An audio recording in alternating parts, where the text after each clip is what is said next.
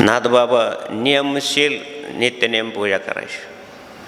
ती पूजा पाहण्यासाठी प्रत्यक्ष भगवान श्रीकृष्ण श्रीखंडाच्या रूपानं 1 दिवस नाही 2 दिवस नाही 12 वर्ष राहिले. नित्यनेम नामी ते प्राणी दुर्लभ लक्ष्मी वल्लभ तया जवळी. नित्यनेम नाथबाबाचं नित्यनेम फार कडक होतं. दरिद्रग्रस्त आश्रमी होते, सगनता होती. सगळ्या संतांमध्ये सगनता म्हणजे श्रीमंती नाथबाबाची होती. पण पूजा आता काही लोकांची खूप सगनता आहे, राग येऊ देऊ नका, खूप संपत्ती भरपूर आहे, मग पूजाला ब्राह्मण,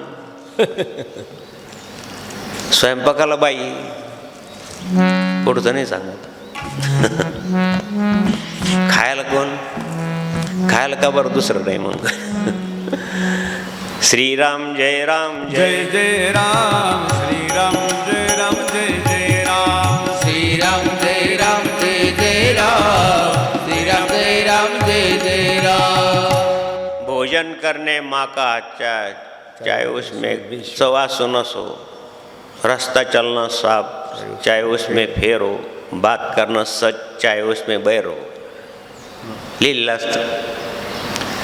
आणि म्हणून देह नाथबाबा स्वतः अजूनही त्यांची तशी पूजा आहे. भगवान श्रीकृष्णाची आहे, बालमुकुंद आहे, लड्डू गोपाल आहे. त्याची तुम्ही जाऊन पहा, श्री क्षेत्र पैठणला नाथबाबांचा वाडा आहे. तिथं एक रांजण आहे, म्हणजे हौद आहे थोडा. देवाला वाटलं की नाथबाबा एवढी माझी नित्यनेमान पूजा करतात, त्यांना दर्शन दिलं पाहिजे, त्यांच्याजवळ राहिलं पाहिजे, त्यांच्या सेवा केली पाहिजे.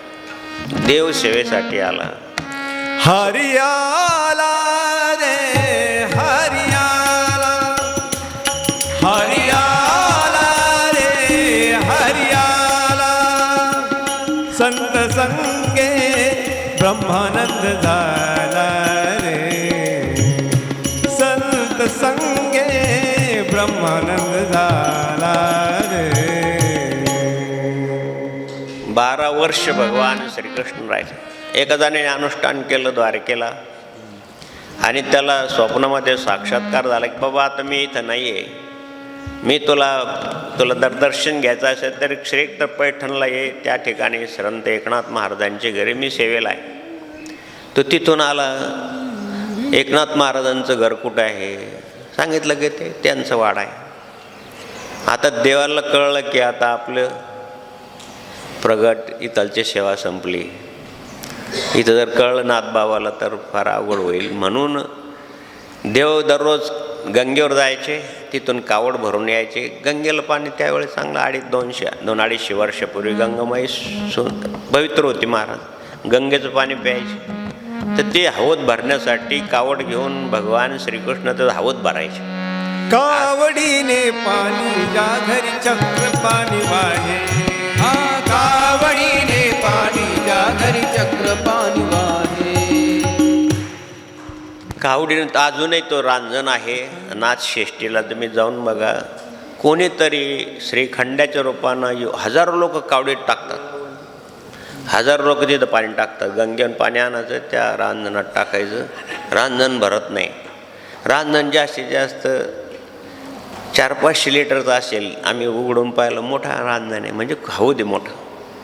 पण ती कावड पडलं तर मग तो उचमळून येतो. अजूनही ती प्रचिती आहे नाथबाबांची. उचमळून येतो, मग लोक ते तीर्थ घेतात. कोणीतरी नाथबाबा श्रीखंडाच्या रूपानं, श्रीखंडाचं नाव होतं, त्या रूपानं कोणीतरी येऊन आणि पाणी भरतो. देव किती अधिकार आहे महाराज नित्यनेमाला. आणि म्हणून देव श्रीखंडाच्या रूपानं ते आलेत. नाथबाबाचं घर कोणतं म्हणे, हे काय वाडा आहे. देवाने कावड उचलली, गंगेवर निघून गेले. नियममध्ये नियम म्हणजे नियम. आणि का कोण आलं म्हणजे मी द्वारकेहून आलो. मी श्रीकृष्ण परमात्माचं अनुष्ठान केलं. मला स्वप्नात साक्षात्कार झाला की मी आता इथं नाथबाबांच्या सेवेला आहे. तुमच्या सेवेला कोण आहे? मग आमच्या सेवेला तर माझी पत्नी आहे, मुलं आहे. ते नाही आणखीन कोणीतरी तुमच्या सेवेला कोणी? म्हणजे श्रीखंड नावाचं आहे हो एक कोणीतरी. म्हणजे तो सेवेला असणारा श्रीखंड जो आहे ना, तो भगवान श्रीकृष्ण आहे. मला सांगा नाथबाबाला काय वाटलं असेल? तुम्हाला कळलं की सद्गुरू जनार्दन स्वामींनी आपलं सर्व कार्य केलं, आपल्या सर्व कार्यामध्ये आपल्याला अनेक ठिकाणी वाचवलं किंवा एखाद्या मोठ्या संकटातून वाचवलं, हे जर कळल्यानंतर तुमचं अंतःकरण किती भरून येत असेल, पवित्र असेल अंतःकरण. तर नाथबाबाला वाटलं की 12 वर्ष पाणी भरलं देवानी, का केलं देवा असं? तर आई भगवान अंतःकरण भरून आलं, रडायला लागले. देवा, सामान्य मी जीव आहे, माझी सेवेसाठी तुम्ही एवढं मला कावर कळू दिलं नाही? तुम्हा काळाचं भाऊ काळ, अनादी भाऊ काळ, तो कळून बी देतो आणि कळून बी देत नाही. नीट लक्ष देऊन आहे, तो कळून देत नाही आणि कळून बी देत नाही. नाथबाबाला कळलं असतं, ठेवलं असतं नाथबाबाने, कळून दिलं नाही आणि कळल्यानंतर राहिलं नाही. असं आहे त्या ईश्वराचा नियम आहे महाराज. हे जनार्दन स्वामींचा नियम आहे. कळून देणार नाही आणि कळून पण देणार नाही.